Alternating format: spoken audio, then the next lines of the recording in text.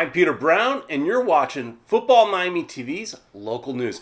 I'm a little under the weather this week, but we still have some big Inter-Miami news coming from Fort Lauderdale. Last week, Fort Lauderdale City Commission had two bids to develop Lockhart Stadium. Now they only have one. They ranked the two bids, and Inter-Miami came out the winner. Inter-Miami had overwhelming support from local soccer greats like Thomas Rongen, Rocky Ray Hudson, and others. Here's what Ray had to say at the 1:30 meeting. But for my city, my Venice of America, when I came here when I was 21 years old, there's only one choice. Without comparing, but what are your standards? That's what I want to know. Because those people's standards are extraordinarily high. It's time for Lockhart Stadium to be rebuilt. You cannot allow this opportunity to pass. Inter-Miami is dealing you people a veritable royal flush. It's an unbeatable combination. This is not a hard choice. Thank you, sir. How many years did you play for this? Every year. Every year. You wouldn't let me go. A unanimous decision was made at the end of the 1:30 meeting and ratified around 7 p.m. before the commissioners made the vote official. Yes. Commissioner Moritas? Yes. Commissioner Glassman? Yes. Commissioner McKenzie? Yes. Mayor Trentals? Yes, and the motion is no. Dejected FXC football supporters had the chance to speak. The city of Fort Lauderdale deserves better than just someone's practice facility, than someone's minor league reserve team, than a temporary home for a team with another city's name on it. I just think we deserve a little better than that, than being someone's second date to the prom. Apparently, the decision came down to FXC misleading everyone about their USL letter of intent. That did not exist, and some financing concerns. Those concerns did not exist with the Inter-Miami bid. There is work to be done, however, by Inter-Miami. They need to find a way to bring all of South Florida together to support both the MLS and the USL sides. This may be an uphill battle, but one Inter-Miami sporting director, Paul McDonough, is ready for. I caught up with Paul after the vote, and he told me that if he does his job correctly and fields a kick-ass team, people from Dade and Broward will show up. It may not be as easy as he thinks, but now is a time to heal any and all wounds and come together and support South Florida's team. On what I see as a positive, Paul McDonough told Sun Sentinel reporter Brittany Wallman that the USL team will be branded with a Fort Lauderdale name. This takes me back to a question I previously had on another video, and that is, what if Inter-Miami bought the striker's name and likeness from Bill Edwards for their USL team? I think that's a win. Now Inter-Miami finds themselves negotiating with both Miami and Fort Lauderdale for their future. Fort Lauderdale may be the easier group to negotiate with, as Miami politicians prove to be a challenge, and a recent tweet talking about the Fort Lauderdale deal by Inter-Miami managing owner Jorge Mas may not help. The tweet said, "It could have been in Miami, but zero ability to build world-class complex. Their hands are tied by antiquated laws.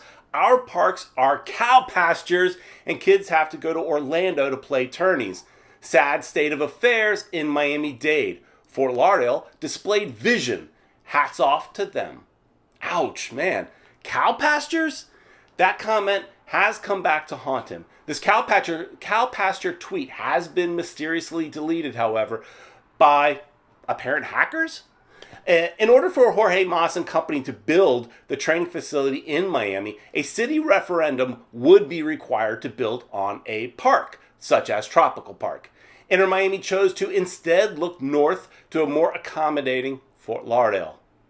Jorge Mas later clarified his late-night tweet by saying, "Our kids need more soccer fields. Fields in Miami-Dade parks are torn up from overuse, and parents tell us they look more like cow pastures than well-kept fields.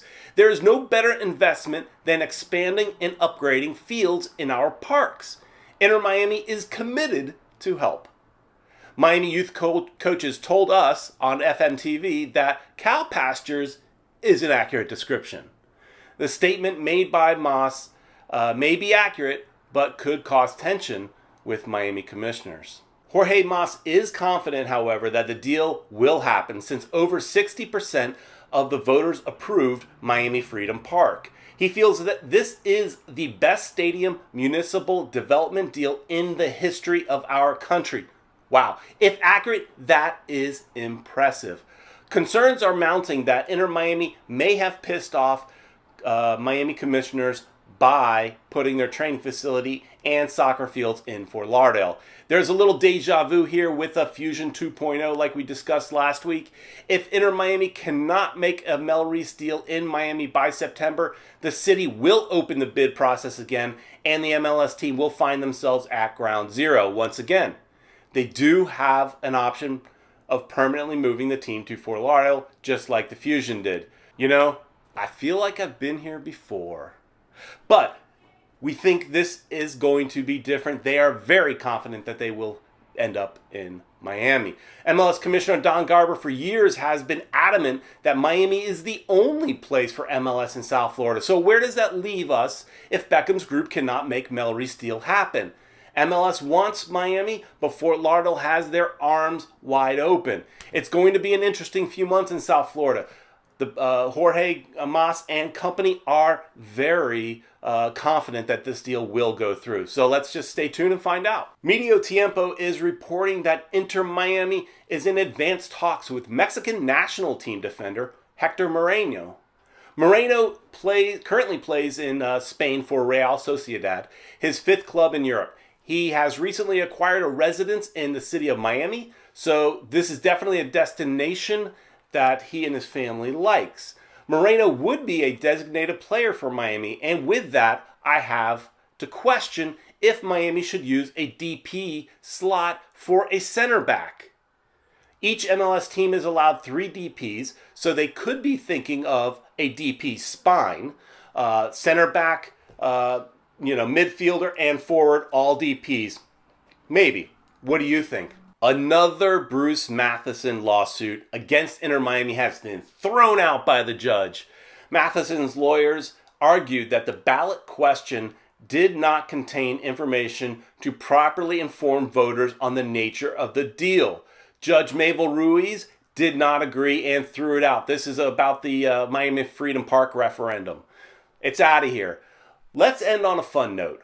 My question for you is, what Fort Lauderdale name should Inter Miami's USL team use? Give us your Fort Lauderdale USL names in the comments below.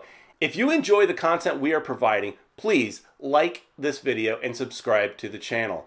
Thanks for watching, and I'll see you next week.